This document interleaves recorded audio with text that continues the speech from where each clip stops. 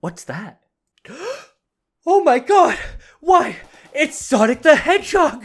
The prequel to Sonic the Hedgehog 2! The sequel to Rad Mobile! The genesis of the whole franchise! Oh yes! This is where speed begins, and short-term life expectancy is at an all-time high. My love for this series actually begins with the Sega Genesis with a copy of Sonic the Hedgehog 2. I wouldn't get my hands on a copy of the first entry for years. It was when I finally got the Sonic Mega Collection as a kid. It was on the Nintendo GameCube. Man, that game, that collection, dude, so good. The music, the sounds, I mean, that game, that collection alone deserves its own full, nostalgic-based look at this. So good, man. For this recording, though, I'll be playing on the Sonic Origins Collection. That is because it is the best quality I can get my hands on for getting footage. Not a bad version of the game. There's definitely hit or misses that people have, but it is not the worst port. I'm looking at you, Sonic Genesis.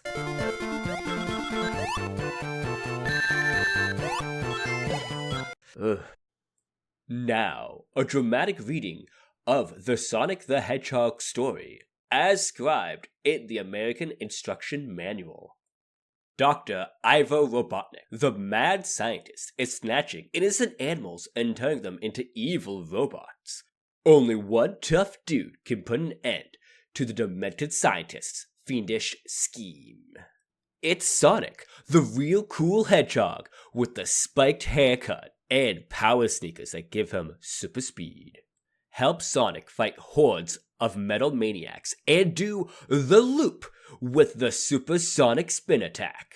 Speed down twisted tunnels and swing over dangerous booby traps. Leap across lava pits and dodge burning rocks, then splash through the chilling waters in an underground cavern.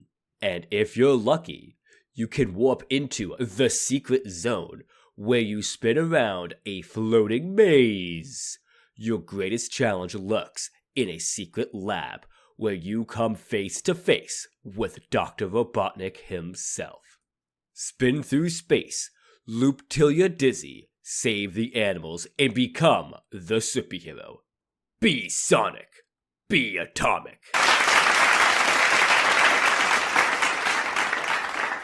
Thank you. Now on to your feature presentation. Oh my, is this it? Is this Green Hill Zone? The very first zone in the entire series, the entire franchise? From the palm trees to the checkered hillside, this is where all truly began. Never to be reused or abused in any shape or form, this zone is loved by many, for good reason. Green Hill does a fantastic job showcasing the game mechanics and level design philosophy seen in all future zones throughout the series.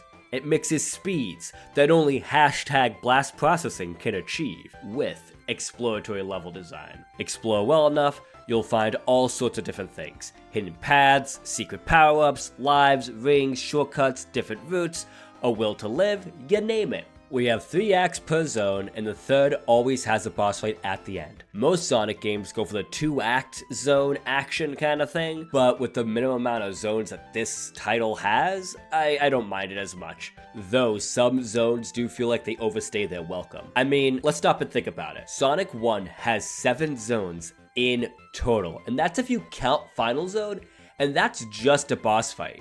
Sonic 2 alone has 11 zones. I get it. You gotta pad out that length. Green Hill is as Green Hill does, which makes me think it's the best place to explain the game mechanics. For the sake of over-explaining it, here we go. A zone is like the theme of the area, and the act is the level of the zone or theme. So I'm in level 2 of the Green Hill theme, or Act 2 of Zone 1. Rings are like your health. You get hit without one and you're dead. If you get hit while you have a ring, you will not die, but you will lose said rings you have on hand. And then also if you collect 100 rings, you will achieve a extra life. Now, as you're running through each individual level, you might see an item box, these little monitors, right? You break the monitor, and depending on the picture that's on it, depends on what your reward is. You've got the ring item box. It gives you 10 rings in one shot. You get the box with Sonic's face. He looks kind of distressed there, don't worry about it. You hit that, you get an extra life. There's the item box with the little blue circle. That blue circle's actually a blue shield for Sonic. If you get hit while you have said shield, you will lose the shield and not your ring, so you just get that extra buffer. What else is there? There's the speed shoes. They speed Sonic up to his max speed. Then there is the invincibility. That will give you invincibility for about 20 or so seconds. These lollipops over here, they're checkpoints. They're blue until you go past them, then they turn red. If you die, you respawn right here. Isn't that nice? And then there's this, the end of act signpost. Go past that, the act's complete. If you get to the end of an act with 50 rings or more, it gives you the ability to access the special stage. Here's how it works. You get the 50 plus rings, you get past the end of act signpost, you'll see this giant floating ring. Before the end of act song clears, you want to jump into that giant ring. Whew, we're going through a lot. Alright, so typically in the Sonic franchise, the special stages tend to use some kind of 3D effect. But in Sonic 1, it's a 2D maze that is continuously spinning around. It's nausea-inducing, at least for me. Sonic is like lost in this void, forever spinning, trapped as a ball, bouncing off of all sorts of different objects. You have some control over Sonic's direction, but not as much as I'd like. The goal here is to find the Chaos Emerald and to avoid the gold ring, ironically enough, deceiving they may be. But if you touch them, you'll leave the special stage with no Chaos Emerald earned. There are a total of 6 mazes and 6 Chaos Emeralds to get. When you get all of them, a message appears in the special stage score tally saying, Sonic got them all. That's it, no more access to special stages. Oh, and the end credit changes slightly. With all that behind us, we reach the Act 3 boss fight. Look at that! Like you're probably thinking for the first zone, it's probably an easy boss. My guy kind of rolls up in between these two floating platforms, drops down a wrecking ball, and just starts swinging it as he moves back and forth, left and right. That's it. That's all he does. From there, all you have to do is time your jumps, hit him 8 times without getting hit yourself, and you're a winner. That's it. Jump on the animal capsule at the end of the zone, free all your little critters, boom, off to the next zone.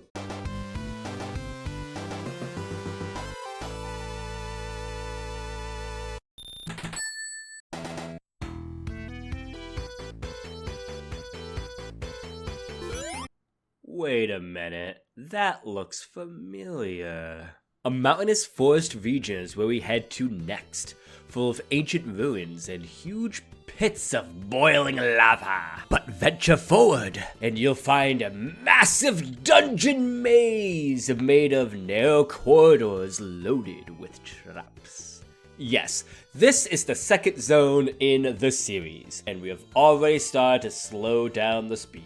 This is actually a pretty common complaint about Sonic 1. The zone pacing is a little strange, but allow me to play devil's avocado for a second. Sonic really was one of a kind, and I think the idea here was to match with its contemporaries.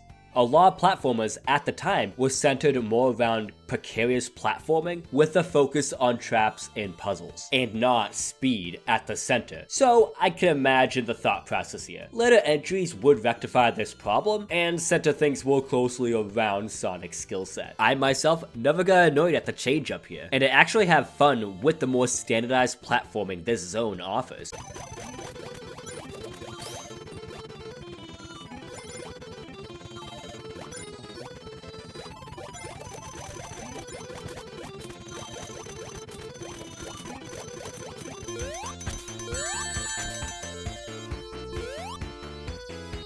Yep, never got annoyed, not even once. I do like this part with this lava that's just kind of sitting there not doing anything. Like I can just stare at it and it's not going to move until I move past a certain point and then it starts chasing me down this entire hallway. I think it's just kind of goofy. While we carefully platform through the zone, we can listen to this fantastic soundtrack from beginning to end. Every zone slaps you in the face with the best Sega Genesis can do. I'm not gonna do a whole breakdown or anything, but let's do a quick tier list, shall we? Alright guys, we'll be going through our official Sonic 1 for the Sega Genesis soundtrack tier list. Are you ready? Alright, so, let's see, we got a Green Hill, Broke, oh, yep, Spring, Labyrinth, I put it, Scrap, wow, okay, special stage, I don't like you, damn it, it's okay, Tunnel, it's a bit, ending, boss, we'll put there, game over, we'll put there, continue, invincibility,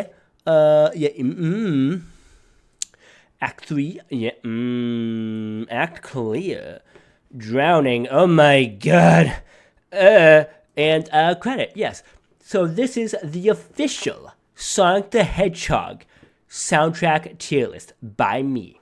Oh man, this is just the beginning. One thing is for sure, Sonic games are known for having fantastic OSTs. The Act 3 boss is another pushover. This time, he floats left and right between two platforms, but with lava in the middle. When he floats to one side, he drops whatever taco combo he ate last night. You have to jump in between the platforms to not get hit. The key here is to hit him when he lowers himself in between the two platforms. And that's it. Hit 8 times again, and you're done.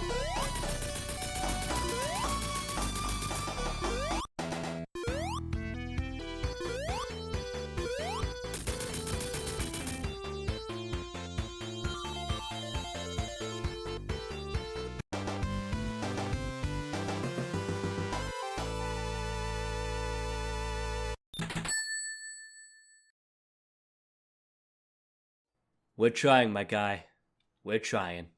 Another Sonic staple in the making. Though not completely in its final stage, this is indeed the first of the Pinball Casino style zone. This zone does a pretty good job showcasing the physics engine, with all the bouncing off of springs, bumpers, and whatever that's everywhere throughout the zone. Now that I think about it, I guess now's a good time to talk about character control. First is the jumping spin attack, or supersonic spin attack in the US manual. This would be your basic jump attack. Yes, it has a name, and yes, I did not know before looking things up for this video. Next is the rolling spin attack. Sonic can go into a spinning state by pressing down while running. It's pretty good for getting those hard to hit enemies. But there's another key to Sonic's rolling. You can dramatically increase his speed by hitting it at just the right time. This is the key. This is how you unlock the real speed of the game.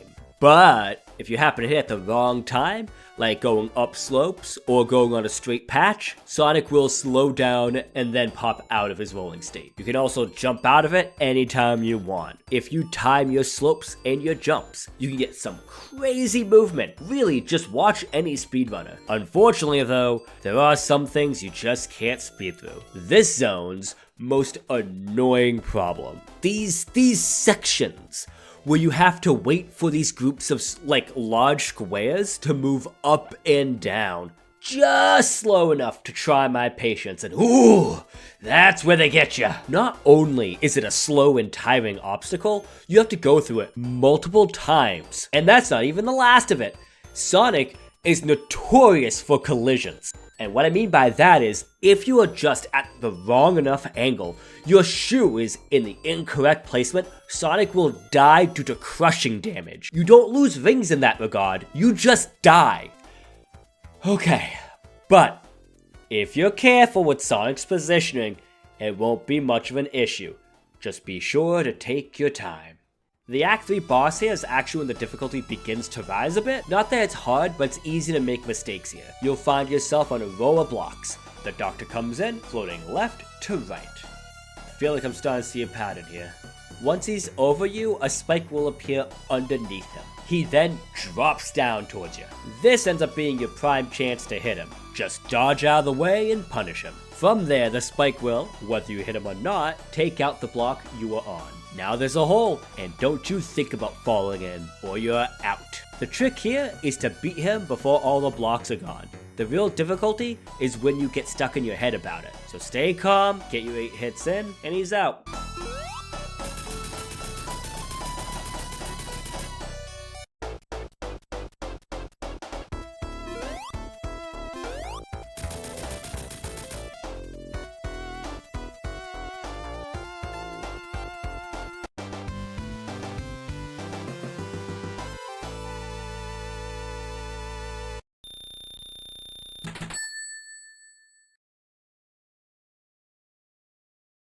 No, God! No, God, please, no! No! No!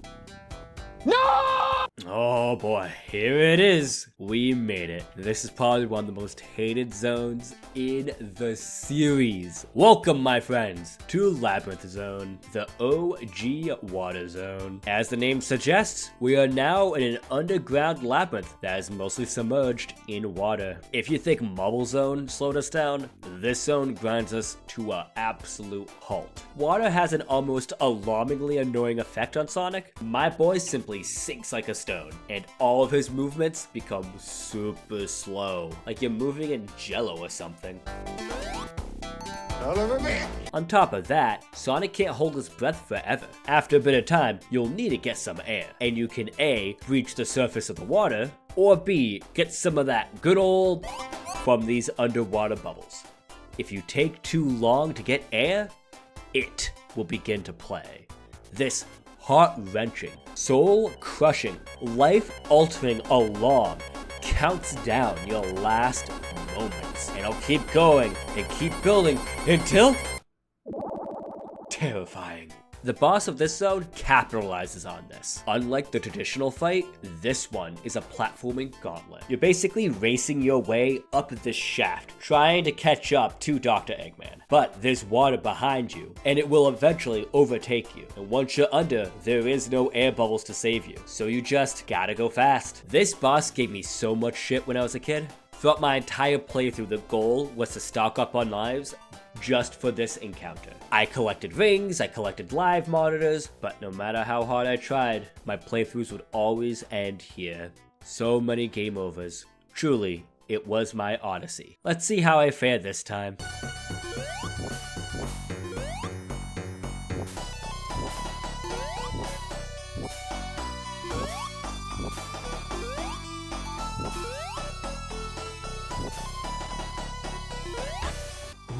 Well, I guess that's what it means by getting better with age.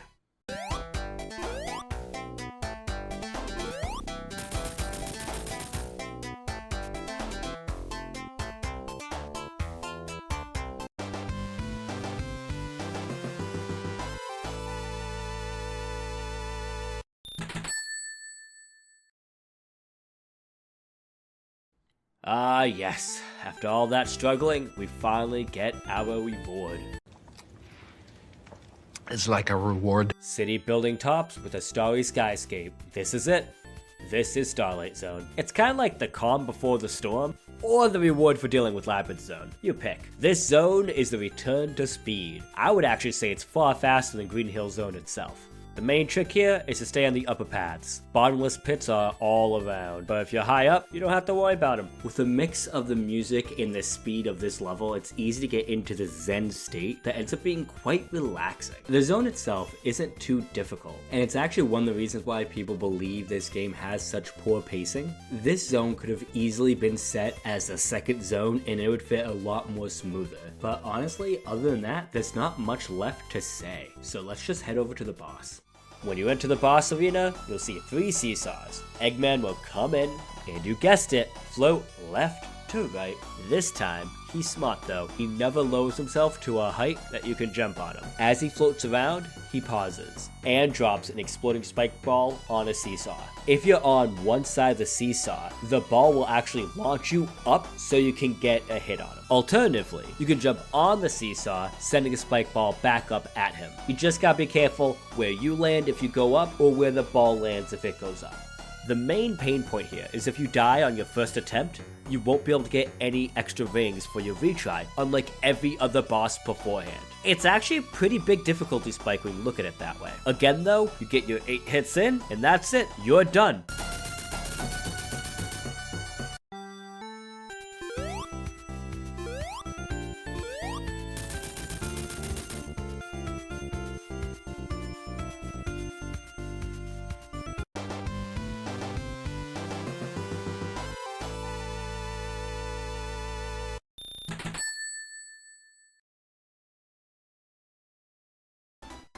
The first of many Eggman bases, and this one is trying to kill you. Welcome to the future hellscape that is Scrap Brain Zone. This zone is kind of interesting in the fact that each act is different. Act 1, you're outside the base. It's a giant, grimy industrial factory. Dull colored skies, as if the air is so polluted you can't even see past the smog. A disturbing view of a violated planet. It's hard to imagine we actually began at Green Hill Zone. Act 2, we are inside the factory. Less of a disturbing sight, but it does show we are getting closer to the end. A more techno-futuristic look to it. We are seeing the inside of the mechanism that is Eggman's plan. Once we clear Act 3, we actually get an in-game cutscene. This is how you know things are getting serious. Eggman presses a button and the floor under Sonic falls, and so does our hero. And where do we land? What's so different about Act 3, you may be wondering? Welp, it's Labyrinth Zone Act 4, but with a palette swap. It's like they knew nobody liked this zone and gave us an encore anyways. Good thing this act has a shortcut and you can go right through. Damn it! Well, if you missed the shortcut, you'll just have to go through the old-fashioned way. It's just more Labyrinth Zone, so just take your time. Don't get angry with the underwater physics. You got this.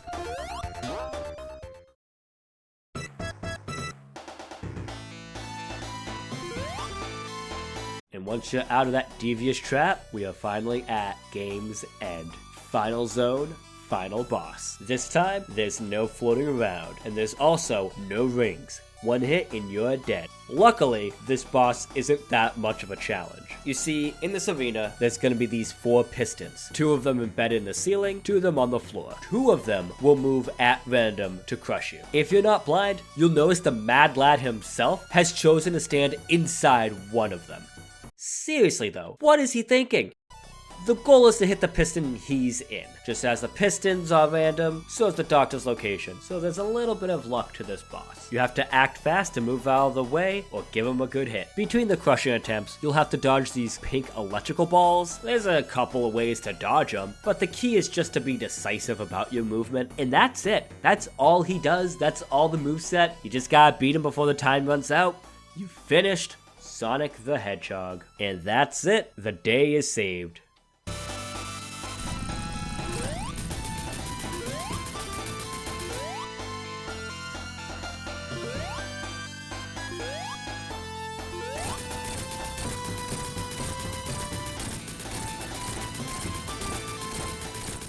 Sonic 2 may be the classic game that's in my heart, but it's not to say Sonic 1 isn't deserving. They began hitting hard with that fantastic OST and fantastic game feel with the physics and momentum. Sure, some of the zones may not suit the character or his playstyle, but I still had a lot of fun with the different taste of Sonic level design. Like mentioned before, if you manage to get all 6 of the Chaos Emeralds, you'll get a little bit of a different ending. The 2 changes are, 1, the ending cutscene,